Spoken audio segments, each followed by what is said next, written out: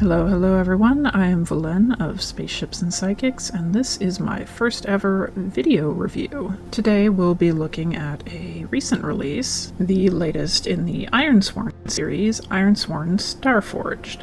Starforged is a sci-fi tabletop RPG written and designed by Shawn Tomkin, creator of the original Ironsworn system. A Kickstarter campaign was launched for it in April of 2021, and it fully released on May 6th, 2022. Ironsworn, along with its dungeon exploring supplement, Ironsworn Delve, is a low fantasy game taking place in a rugged location known as the Ironlands, focused on the personal journey of fulfilling iron vows the characters have sworn. Starforged instead takes place in the Forge, a globular cluster that has become a refuge for people fleeing their home galaxy. Inspirations for the game's tone include Star Wars, Firefly, Alien, Dune, Battlestar Galactica, The Expanse, and Guardians of the Galaxy. Starforged is fully standalone and contains all the rules needed to play without requiring the original Ironsworn. Starforged is of a rare but catching on breed, a GMless TTRPG. It has 3 modes supported, referred to as solo, co-op, and guided. Guided is the closest to traditional play, with 1 or more players interacting with a guide who helps present the challenges and weave the story. Solo and co-op involve either a single player or 2 or 3 players, respectively, acting as characters and interpreting their own dice rolls, as well as occasionally consulting an oracle, more on that later, to tell the story themselves. The book is primarily written with the assumption that the reader intends to use it for solo play, but makes note of additional rules for other modes where needed.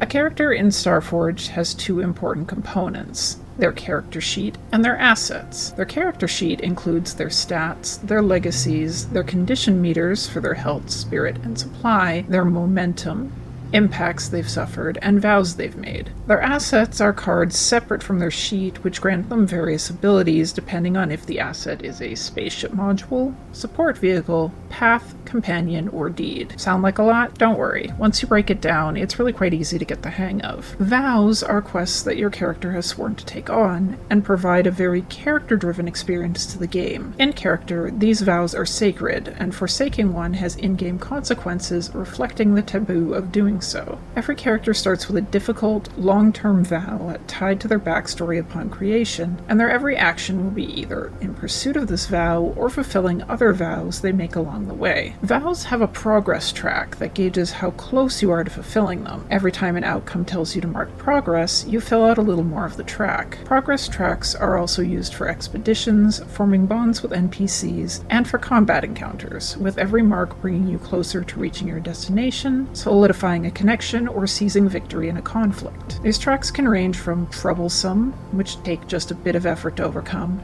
to epic, which can be campaign spanning. The 5 stats of a character are Edge, Iron, Heart, Shadow, and Wits. These go from 1 to 3, and during character creation, 1 stat is given a 3, 2 a 2, and 2 a 1. Once set, these stats are immutable. Earning experience will gain you better assets, making your character more skilled, famed, or equipped, but your underlying stats are never upgraded, preventing the kind of superhuman stat soaring that can be found in other games as PCs level up. It's with your stats that you'll take the majority of actions in-game, referred to as moves. Common moves while out adventuring are things like face danger, secure an advantage, or gather information, while combat may see you making moves like enter the fray, gain ground, react under fire, or take decisive action. And a character in a rough situation may end up needing to pay the price or even face death. There are moves for everything from exploring a new planet, to recovering after a harrowing event, to forming bonds with NPCs, and much of the game is deciding on your course of action in a situation and matching it to an appropriate move. Making moves involves making action rolls, and here is where the dice come in. The 2 10-sided challenge dice are rolled, and this becomes the set of numbers to beat. You roll your 1 6-sided action die, and then add the value of a stat appropriate to the move you're making, as well as any bonuses that may be applied to the roll. If this number beats the values on both challenge dice, you get a strong hit, which is an unambiguous success. If it beats only 1, you get a weak hit, which still succeeds, but at a cost. Beat none, and that's a failure, with consequences to pay. Some will only have 1 option for stats to add to their roll, such as gather information using your wit stat, while others will have multiple options, such as your character being able to compel those around them with either heart, representing charm, iron, representing threats and intimidation, or shadow, representing deception. Some will even use one of your condition meters instead of a stat, such as endure harm, allowing you to either leverage your health or your iron stat to withstand injuries. Speaking of the condition meters, now's a good time to explain that part. Your character, when they start their adventure,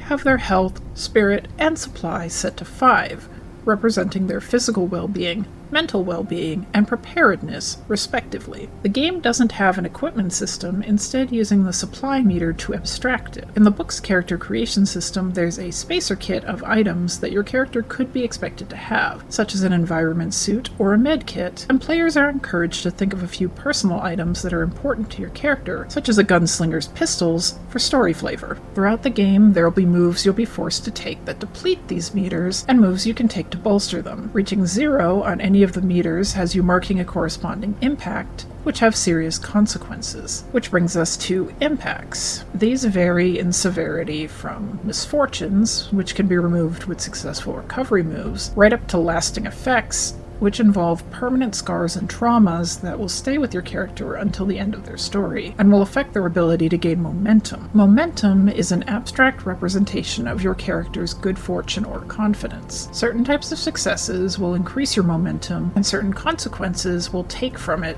even pushing it into the negatives. Positive momentum can be burned to improve a bad action roll, while falling into the negatives will prevent you from rolling at all, relying solely on your stats and bonuses to clear challenges until you manage to pull it back up out of the negative momentum pit. Lastly, you have your legacies, which tie directly into your assets. When characters are first created, they'll have 4 assets. One is their starship, and 2 are paths, which are background details such as bounty hunter, explorer, or outcast, and the 4th can be chosen from any other category but deeds. Modules will add additional functions to your starship, such as heavy cannons or a med bay. Support vehicles can assist with different off-ship tasks, but can be damaged or destroyed, and companions can be anything from a helpful NPC crewmate to a simple robot to an alien symbiote, but similarly can be harmed and potentially put out of action. Gaining more assets and upgrading assets to unlock further abilities from them is done via legacy tracks. Each character has a quests track,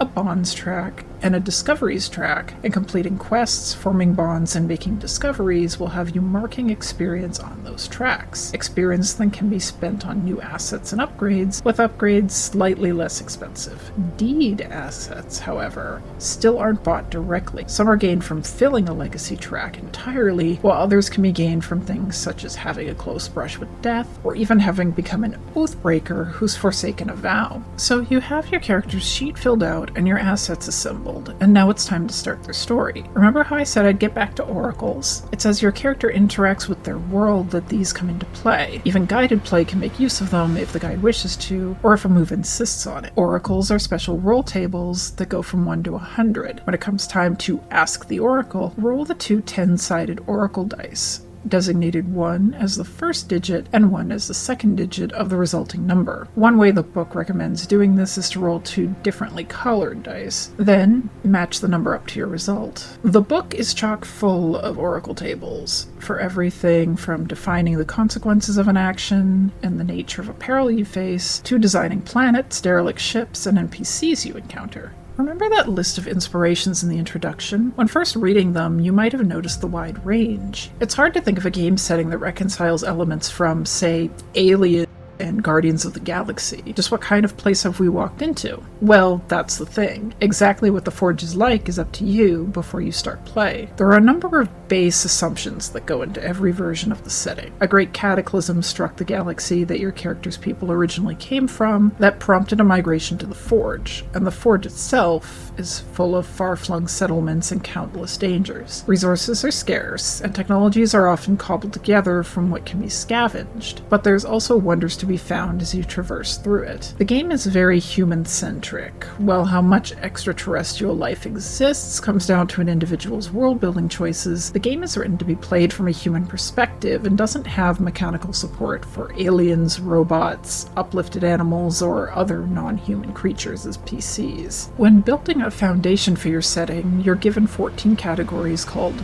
truths. Each category has 3 options, and you're either able to actively choose what you like, roll to pick one at random, or reject the choices completely and come up with your own answer to the question it poses. Want a version of the Forge where people fled from interdimensional invading horrors and now live in a place where people have learned to harness strange magics to do supernatural feats? Routes between worlds are threatened by anomalies that people call balefire, and twisted aberrations called Forge Spawn have infested numerous planets?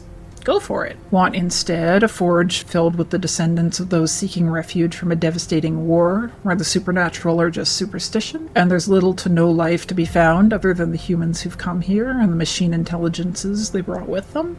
Perfectly doable. Want to struggle in a forge where there are powerful, enigmatic alien beings that humanity cannot hope to understand, shaping whole planets like clay, and major religious factions are duking it out over whether they should be worshipped and how, or whether they should be fought? There's a set of choices that can easily give you that. Depending on the truths you choose, you can have a game that's more like a space opera, space western, sci-fi horror, or science fantasy story, and strike as grim or optimistic a tone as you'd like. Much like the focus on personal vows and legacies and its mechanics, Starforged seeks to give you a framework and the tools to tell your story. And that's Ironsworn Starforged. Let me know in the comments if you've played it before and what you've thought of it, or if you plan on giving it a shot. Also let me know if there's something else you'd like me to look at, be it a game or supplement book. And with that, I'm Valen of Spaceships and Psychics, signing off.